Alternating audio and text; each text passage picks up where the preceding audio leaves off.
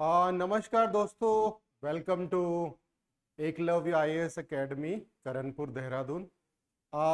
दोस्तों, आज एक छोटा सा डिमॉन्स्ट्रेटिव लेक्चर में आपके पाठ्यक्रम जो प्रधानाचार्य परीक्षा से संबंधित है, द्वितीय प्रश्न पत्र का, उसकी यूनिट 3 से डिस्कस करना चाह रहा हूं आपसे। काफ़ी इंटरेस्टिंग टॉपिक है और करिकुलम से रिलेटेड है। तो देखते हैं क्या मतलब है इसका और क्या हम इससे जान पाएंगे। ये है आपका यूनिट 3 से, ठीक है। Now the topic is null curriculum. Null curriculum यानी शून्य पाठ्यक्रम। करिकुलम के बारे में तो I hope you all of you are well aware of what is curriculum. पाठ्यचर्या हम जिसे बोलते हैं, ठीक है। तो नल करिकुलम सीखने के उन अंतर्निहित पहलुओं को छूता है जिन्हें औपचारिक पाठ्यक्रम में संबोधित ही नहीं किया गया।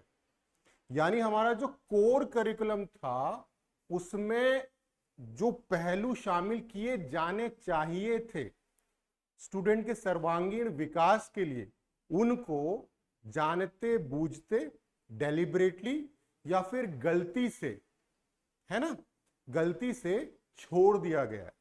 तो वो जो भी छोड़ दिया गया है जो होने चाहिए थे कोर करिकुलम का हिस्सा, उसको हम नल करिकुलम में शामिल करते हैं, ठीक है। वास्तव में ये उन छुपे हुए संदेशों, मूल्यों, ज्ञान के अंतराल को भरता है जिन्हें, जैसे मैंने कहा, या तो नजरअंदाज कर दिया गया है या फिर कार्यान्वयन के दौरान शिक्षकों के विवेक पर छोड़ दिया गया, या तो उसको नजरअंदाज कर दिया गया, शामिल ही नहीं किया गया किसी भी कारणों से, है ना। हो सकता हो वो कोई सेंसिटिव इश्यू से रिलेटेड हो, है ना, तो उसे छोड़ दिया। या फिर ऐसा समझ लिया गया कि शिक्षक अगर समझेंगे ठीक है तो वो पढ़ा देंगे, अगर उनके विवेक पे छोड़ दिया गया, उनको सही लगा तो पढ़ा देंगे, नहीं लगा तो वो नहीं पढ़ाएंगे, छोड़ दिए। लेकिन वो जरूरी थे, उन्हें पढ़ाया जाना किसी भी विद्यार्थी के सर्वांगीण विकास के लिए बहुत जरूरी था। वो पढ़ाए जाने चाहिए थे लेकिन नहीं पढ़ाए जा रहे हैं, तो उसे हम क्या कहते हैं, नल पाठ्यचर्या या नल पाठ्यक्रम, ठीक है। तो मान लीजिए, जैसे उदाहरण के लिए, कि एक शिक्षक जो विज्ञान पढ़ाते हैं, भारत की बात कर रहा हूं, जो विज्ञान पढ़ाते हैं, वो जीव विज्ञान, रसायन शास्त्र और भौतिकी जैसे विषयों पर तो काफी ध्यान देते हैं, लेकिन बेसिकली उनका ध्यान उन खोजों पर, उस रिसर्च पर और उन थ्योरीज पर होता है जो वेस्टर्न साइंटिस्ट ने हमें दी थी, जो वेस्टर्न फिलोसोफर्स ने हमें दी थी। उनका ध्यान अपने स्वदेशी भारतीय ज्ञान प्रणाली पर नहीं होता, वो उसकी उपेक्षा करते हैं, ठीक है।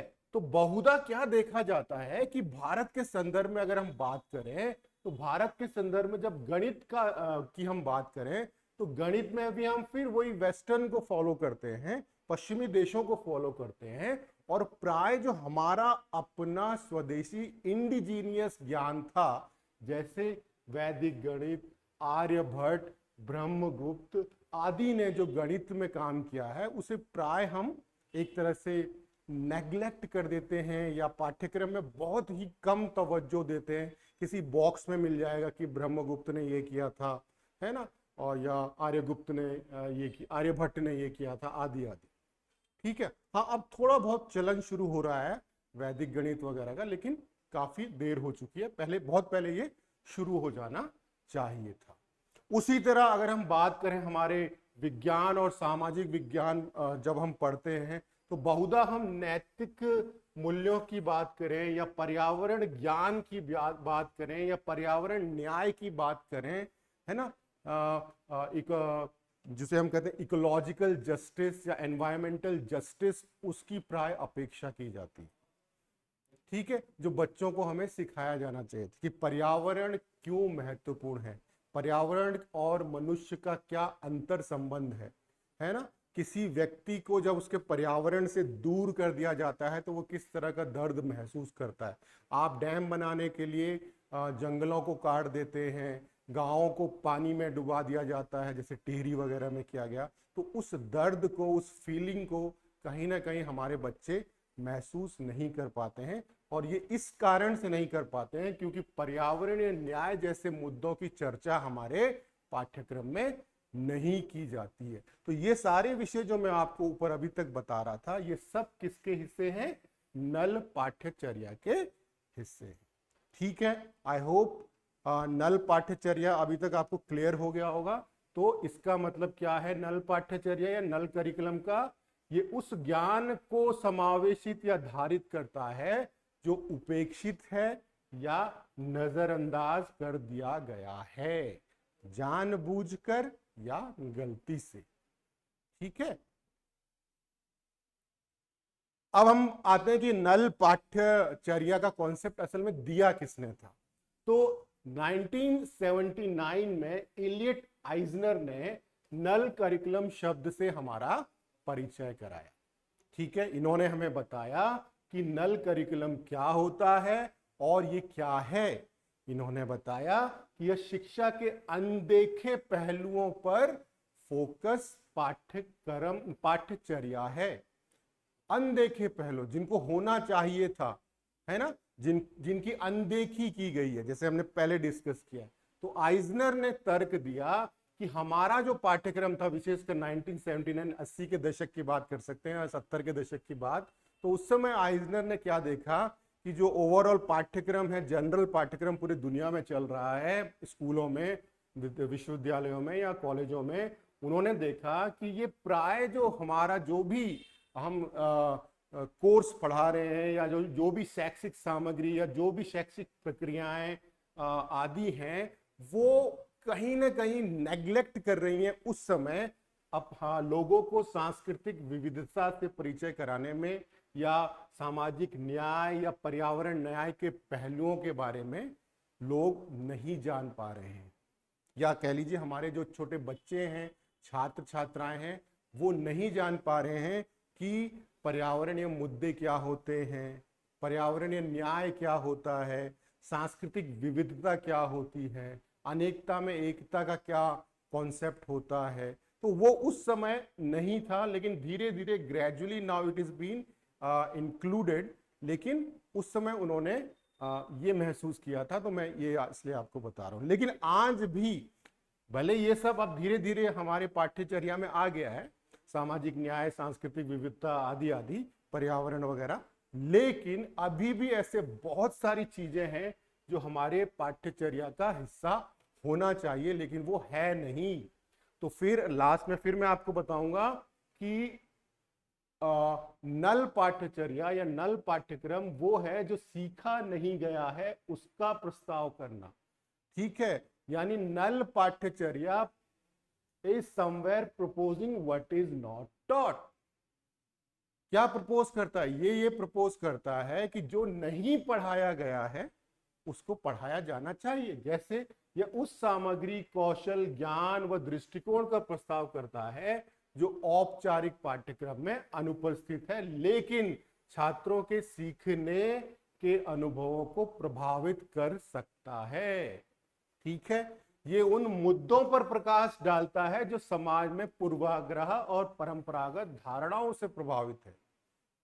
ठीक है, बहुत सारी चीजें पूर्वाग्रह से प्रभावित होती हैं या परंपरागत धारणाओं से प्रभावित होती हैं, जो हम चाहकर भी अपने बच्चों को नहीं सिखाते, है ना। जैसे सेक्स एजुकेशन, जैसे LGBTQ के मुद्दे, सेक्स एजुकेशन से रिलेटेड अगर आपको याद होगा, मुझे तो याद है कक्षा 9वीं 10वीं में सेक्सुअल रिप्रोडक्शन का जो पार्ट था वो हमें पढ़ाया ही नहीं गया। शिक्षक या शिक्षिका जो भी थी उस समय, उन्होंने हमें ये कहा कि सेक्सुअल रिप्रोडक्शन वाला पार्ट आपको घर में पढ़ना है, और अगर पढ़ते हैं तो ठीक है, नहीं पढ़ते तो भी ठीक है, इससे ज्यादा कुछ हम पूछने वाले नहीं है। यानी उन्होंने जानबूझकर डेलिबरेटली जो था सिलेबस में उसको भी नल में डाल दिया। ठीक है, तो कहीं ना कहीं वो किसी एक शायद उस मुद्दे को उस समय वो सेंसिटिव मानते थे कि सेक्स एजुकेशन के बारे में इनको क्या बताएं, कैसे बताएं, या उतनी परिपक्वता उनमें उस समय ना रही हो वो उस समय हम तक उस ज्ञान को पहुंचाने की। तो चलिए कोई बात नहीं। तो इस तरह की चीजें भी, यानी सेक्स एजुकेशन, LGBTQ, गे या लेस्बियन, ये सारे मुद्दे भी हमारे पाठ्यक्रम में शामिल होने चाहिए। क्या आपने कभी देखा है कि आपने LGBTQ का कहीं इतिहास में, साहित्य में या समाज शास्त्र में उनके अनुभव से जुड़ा साहित्य शायद ही कभी पढ़ा होगा। लेकिन अब धीरे धीरे ग्रेजुअली चीजें आ रही हैं कि LGBTQ के क्या मुद्दे हैं, हाँ, नए सोशल मूवमेंट्स में इनको शामिल किया जा रहा है, लोग थोड़े बहुत जागरूक हो रहे हैं, आदि आदि। तो कहीं ना कहीं नल करिकुलम में इसको भी रेखांकित किया जाता है। सेक्स एजुकेशन, LGBTQ, गे रिलेशंस, लेस्बियन रिलेशंस, है ना, single parenthood, live in relationship, ये सारी चीजें कहीं ना कहीं नल करिकुलम द्वारा रेखांकित की जाती हैं, जो शामिल होनी चाहिए लेकिन नहीं है। ठीक है, ठीक उसी तरह एक छोटा सा उदाहरण अंत में मैं और दूंगा कि हमारा जो इतिहास है वो हमेशा से यूरोसेंट्रिक रहा है। यूरोसेंट्रिक मतलब जो यूरोपीय इतिहासकार थे वो हमें क्या मानते थे कि भारत क्या है, ये तो सपेरों का देश है, हाँ, ये तो मदारियों का देश है, इनको कुछ नहीं आता है, इनको साइंस के बारे में कुछ नहीं पता है, इनको पर्यावरण के बारे में कुछ नहीं पता है, इनको रिसर्च के बारे में कुछ नहीं पता है, ये सब बेकार है।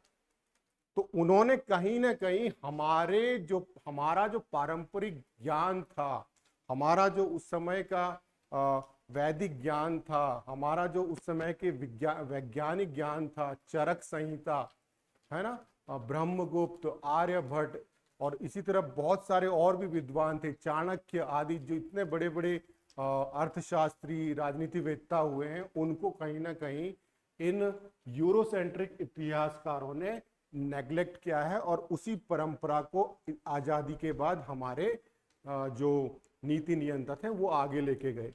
उन्होंने भी उस बात पे ध्यान ही नहीं दिया। तो कहीं ना कहीं जब हम अपने मूल पारंपरिक ज्ञान को भुला रहे हैं, तो कहीं ना कहीं नल करिकुलम फिर से आपको रेखांकित करता है कि आप उसे भूल रहे हो जो आपका अपना था, जो आपकी परंपरा से निकला हुआ था। ठीक है दोस्तों, तो ये थोड़ा सा बेसिक में आपको समझाना चाह रहा था कि नल करिकुलम क्या है। नल करिकुलम वो है जो होना चाहिए लेकिन नहीं है, और वो नहीं इसलिए है या तो उसे डेलिबरेटली नहीं रखा गया है, कुछ संवेदनशीलता है उसमें, कुछ सेंसिटिविटी है, या गलती से वो छूट गया है। ठीक है दोस्तों, ये था नल करिकुलम का कॉन्सेप्ट। आई होप आपको क्लियर हुआ होगा। अंत में मैं यही कहूंगा कि हमारा जो प्रधानाचार्य सेकंड पेपर का जो बैच है वो 5 तारीख से स्टार्ट हो चुका है। आप लोग जो नंबर नीचे फ्लैश कर रहे हैं उस पर एनरोल कीजिए, वहाँ पे कॉल कीजिए, स्वयं को एनरोल कीजिए और जल्दी से जल्दी ज्वाइन कीजिए, because we have only 1.5 month to complete this specific course. पूरे 1 से 1.5 महीने में आप पूरा कोर्स कंप्लीट हो जाएगा। You will get lectures, live lectures, recorded lectures, आपको स्टडी मटेरियल मिलेगा, वीकली टेस्ट होंगे। तो जितना जल्दी आप एनरोल करेंगे उतना बढ़िया है, क्योंकि ये बहुत स्कोरिंग, हमारा जो सेकंड पेपर है ये काफ़ी स्कोरिंग है, यानी 360 के आसपास इसमें मार्क्स है। तो आज के लिए इतना ही। धन्यवाद, शुक्रिया, शुभ दिन।